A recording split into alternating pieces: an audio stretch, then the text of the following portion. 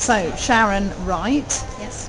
Magnamole. Yep. Actually, that's a really great name. It is a great name. Let's just have a quick look at your stand here and see if we can actually see the product in action. Do you want? While I'm just looking at this, you want to just explain how it works, and then I've got a couple of questions to ask you. Yeah, basically, when you're threading a cable through an outside wall, you've got 100 mm cavity wall space, void space, and the cable tends to lose its way through to the other side.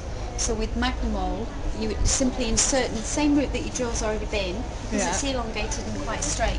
It just goes in a straight line. You transfer the rod to the other side of the property, to the outside, and then you simply screw the caps that's got a little magnet in the end, and literally connect them together and push the cable back through, so it's user's guide. Actually, the question I want to ask first is, how did you work out? Was it instantaneous that you worked out the way to solve it was through the magnet on the end? Yeah, I mean, obviously I did look at the ad hoc methods that we're using, and we were using coat hangers and things like this, and when we actually thought of different situations, there was times when it wouldn't work if you were trying to get it around a corner. Okay. So the magnets had to draw together. The neo magnets, and they're quite strong, so they draw them together. So as soon as they are connected, they simply pull in a straight line. Now that's what you've just described there is I see Sharon sitting there and working it out. And when we had that brief chat before, what I really got from you is you didn't know what you were doing when you started, but you've got this real attitude of a step at a time. You look at the problem that's in front of you, and then you think, okay, there's a way to solve this, and how to solve it. So how has that helped you through the whole process, and how long has it taken you working things out like that? I think every opportunity, every situation, I've realised that there's always stumbling blocks, and I see that as an obstacle. Throughout the process of experience over the last 2 years, every opportunity that I get that has got an obstacle, there is a way around to the other side, and it's just finding a way. And sometimes you have to take a step back and think outside the box, and sometimes it's so obvious, but it is a case of you look for the problems because you need to sell it to your own self. If you sell it to yourself, you can sell it to others, and you have to have those, be confident about those problems.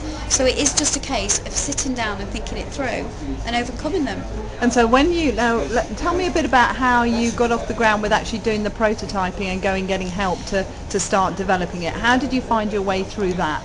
I think that's what I found the most difficult. I think for the first couple of weeks I literally just sat on the idea and thought, where do I go? Because obviously I'd seen Dragon's Den on the TV, didn't even know how to get onto the TV. So it was, now what's the first step? Who would you go to? And I simply thought, universities, they've got technical departments, they may be able to help me get a prototype together. So I approached the university in Hull, and they did just that. And then I realised I was eligible for funding, and just went from there. So you got some funding that Hull applied for you. Have you had to do any kind of deal with them to share any of the royalty rates or anything like that? Because everybody's entitled to a little bit of help from the government if they've got inspirational ideas, and just to take it to the next level. And you've got a basic sort of feel. You got to talk to a solicitor about the patent, and it was really an introduction just to sort of keep you aware of what you need to do, and then just literally went from there. Okay, and talking about patent there, then it's patented worldwide. Yes, I like the confidence of that. So you clearly see that it has applications in countries around the world. Does it have applications beyond the sort of cable through the hole in between the walls? Basically, it's for cables, wires, tubes, anything that could connect. So there's a possibility of other industries and other market sectors that I can go into. Automation industry, which is covered obviously by the patent. So they've really advised me. I've gone with the advice of Murgatroyd's, and basically they've just advised me of what to do and what to put. Murgatroyd's being the patent attorney. And you were showing me before there's something 34 pages, or is it 54 pages of patent stuff. How much did you feel that you needed to go through that and understand it to feel comfortable that it was going to, work for you, covering you going down the line?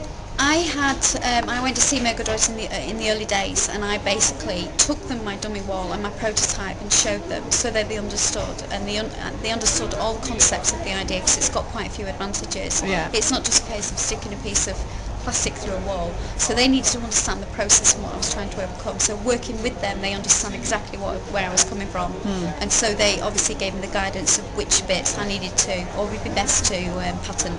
Right. Okay. So that was on the patent side. You got your advice and you got that in place, and you got the trademark worked out for Magnamole as well. That's granted. Yep. That's great. Yep. And there's a really good job that you've done on the packaging there. Where did you go to get the packaging done?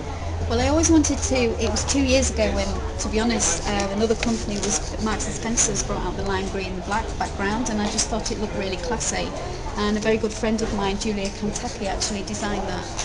She's now living in America, and I travelled over to America to see her, explained what I wanted to do. Right. And she advised me, because she's had experience on the packaging.